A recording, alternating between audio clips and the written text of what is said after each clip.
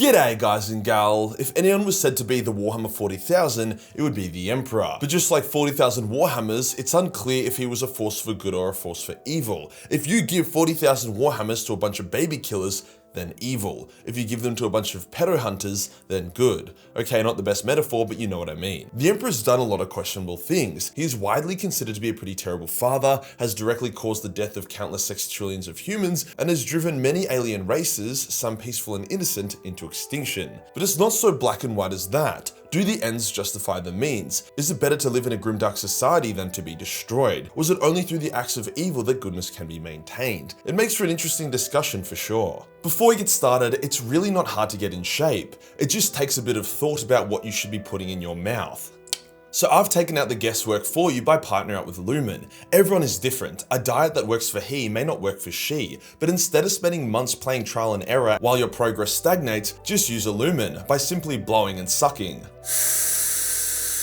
on your Lumen. It will analyze your metabolism, but also what macros you should be consuming at what times for maximum results. Using this data, Lumen will then create a custom health plan that is tailored specifically for you. Work smart, not hard. Something I've started doing since I got my Lumen is carbing up before my workouts. My Lumen told me that I should increase my glucose and glycogen before training so I get more endurance and power, and what do you know? I broke through my bench press plateau and managed to bench 115 kilos for 9 reps, a huge PB for me. This isn't just some BS gimmick science. They compared a Lumen with an expensive piece of medical tech that does the same thing, and the data was consistent across both devices. So to work smarter and biohack your health, then go to lumen.me/Majorkill or just click the link below and you get 15% off your Lumen. Cheers to Lumen for sponsoring this video. Today we'll discuss the Emperor's character, motivations, intentions, and actions, as well as how he evolved to determine what shade of good or evil the Emperor actually was. Let's get into it.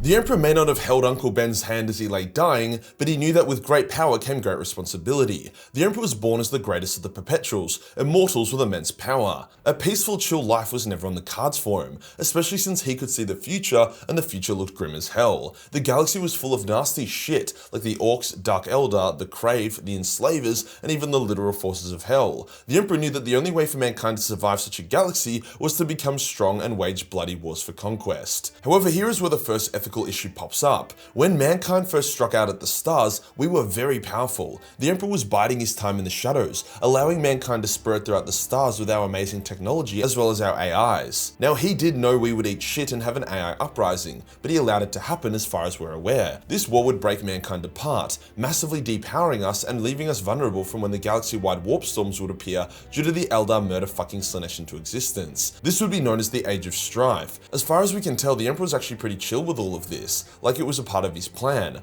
After all, if you present yourself as a shining golden figure with a flaming sword to a bunch of advanced humans who could open up black holes for a laugh, you'd probably get laughed at for your gay cosplay and primitive tech. But if you did it to a bunch of humans who had just endured 5,000 years of horror and devolution, they would probably think you're the coolest cat on the block. Mankind needed to be weak for the Emperor to take control of it. So you could definitely argue that it was evil to allow mankind to eat dicks during the Age of Strife, so they would be primed for you to take control. But to counter that, if the only destiny in which mankind thrived required them to first fall in the Age of Strife, then it could be argued that the Emperor did what he needed to do and was not just going for an opportunistic power grab. There's even some theories that the Emperor initiated the AI uprising to create the conditions for his ascension, but that is getting quite tinfoil hatty. In a similar vein, the Emperor did lie to Mars in order to manipulate them into thinking he was their Jesus, thus offering their services to him and his Imperium. However, confusingly, it technically may not have been a lie, since it was the Emperor who beat up the Void Dragon, locked it on Mars, and let its dreams seep into the Martian people that created the cult of the Mechanicum. So him being its Jesus is actually pretty accurate, as long as you don't talk about the dragon sleeping under Mars part of things. But once again, it's the moral dilemma of, is creating a fake religion to manipulate a culture of people into doing your bidding evil if your bidding is to protect and preserve those people? It's clear the Emperor will do what he must in order to achieve his goals. Now for a bit of a character test. The Emperor originally gathered most of the natural born Perpetuals to him. He told them of his ambition to nurture and care for mankind, crushing evil and chaos wherever it may be found. Many of the Perpetuals, wise as they were, agreed with his ambition and plan and helped him. However, one by one they realized the infinite scope of his true design, the obscene galactic wars and crusades he would need to launch in order to secure mankind's future. So they balked. Some went into hiding, some directly opposed him, and eventually all but to abandon him. The first that stayed true was Majorkill, who understood the necessity of the Emperor's plan, no matter how destructive it was, and the next was Sarika, the perpetual woman the Emperor left on Molech to protect the warp gate he entered when he gained the power he needed to make the Primarchs. Alivia probably would have ditched him as well if she didn't spend thousands of years away from him on Molech. So yeah, not a great look when humanity's best and brightest think you're the galaxy's biggest megalomaniac. From here, the Great Crusade would kick off, mankind once again exploding from its birth world to spread the galaxy's cheeks and commence the clapping of all claps. The Emperor was a lot like Julius Caesar in his conquest style. Any human world that joined the Imperium peacefully was welcomed with open arms. Even those that resisted were generally not just annihilated out of hand, they merely had their armies defeated and their cities conquered. Their people were allowed to live and join the Imperium. It was only when the humans were mutated or twisted beyond saving and engaged in especially evil or dishonorable warfare did the Imperium bring down the hammer and crush them entirely. Yes, there definitely was some compliance campaigns where the Imperium acted extremely uncoolly, such as the Iron Hands and Emperor's children tracking down a nomadic fleet of peaceful humans and aliens who just wanted to be left alone, or when the Lunar Wolves came to an alien world where the aliens abhorred war, so they settled their battles in arenas. When the aliens gathered in their arena to challenge the Lunar Wolves just blew up the arena and killed all the aliens from orbit. The genocide of many of the galaxy's Xeno species was definitely the most controversial part of the Great Crusade. However, the Imperium didn't necessarily have a kill-all Xeno policy. Peaceful Xenos were allowed to become client states of the Imperium, like the Jakeru. There was also multiple instances of peaceful interaction between the Imperium and the Eldar. However, it was case by case. The Emperor allowed each Primarch to conquer the galaxy how they saw fit. Some Primarchs, like Angron, had an extermination policy.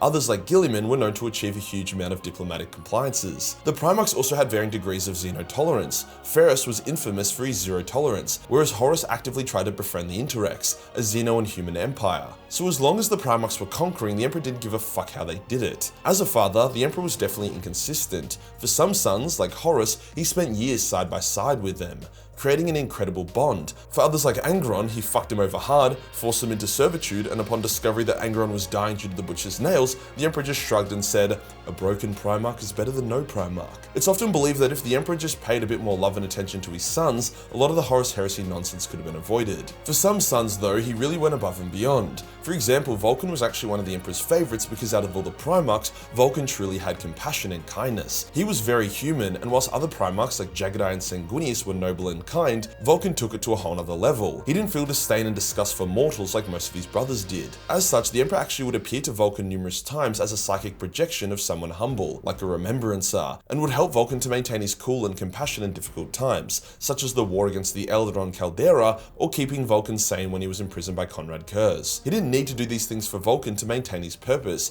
he did it because he valued compassion. The Emperor's greatest goal was the Imperial Webway project. The Emperor wanted to help guide humanity in its ascension to become a psychic race while protecting it from chaos. That is pretty selfless and noble if you ask me. The Imperium during the Great Crusade, although demanding, was also in a bit of a golden age. Standard of living wasn't terrible, with there even being large-scale projects planned that would terraform Imperial worlds into verdant and lush paradise worlds. There was literally a plan for after the Crusade to restore Terra back to a biodiverse, beautiful world. The Emperor even had a massive, beautiful secret garden made with 20 Primarch-sized houses, implying that he wished to retire with his sons when their work was finished. When the Webway project failed and the Emperor's future predictions fell into disarray, he actually became the hero he always wanted to be. That is because he wasn't trying to chase this golden age fate anymore. He no longer knew what he had to do, so he just did what he thought was best. During the Siege of Terra, the Emperor actually began focusing his might on helping individual guardsmen, spending his strength to perform divine intervention to save mortal humans or inspire them and give them courage, not because it was going to make a difference in the siege, but because he loved humanity. When Malkador had to ascend the steps to sit on the golden throne, an act that would kill him, the Emperor was shattered. His closest friend was about to give his life for the Emperor because of the Emperor's own failure.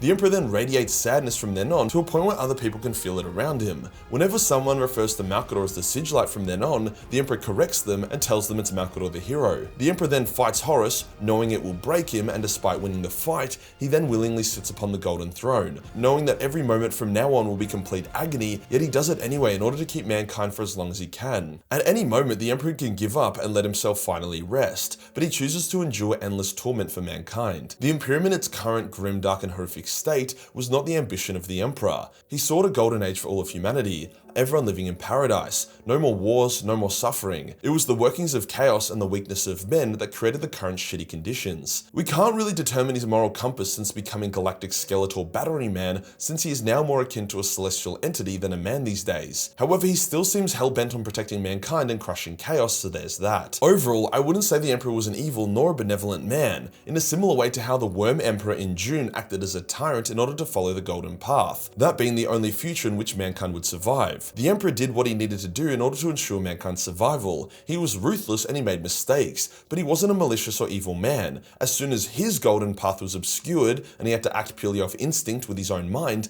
the Emperor became significantly more humanized, compassionate, and morally good, sacrificing himself for humanity and actively trying to save the lives of those he cared about, like a Lannis person. Also, you cannot read the passage of Malcador sitting upon the Golden Throne without shedding a tear. Shit makes it rain. The best leaders are rarely the kindest. If you enjoyed the video and you want to support the channel, then pick up some Majorkill merch. We have sold out of one of the singlets, down to 7 of the other singlet, with the t-shirts and hoodie having less than a dozen each available. Basically, we're just clearing out the stragglers now. Hit the subscribe button and hit the real subscribe button for more morally ambiguous content. Join the Discord for more memes and I'll see you in the next one.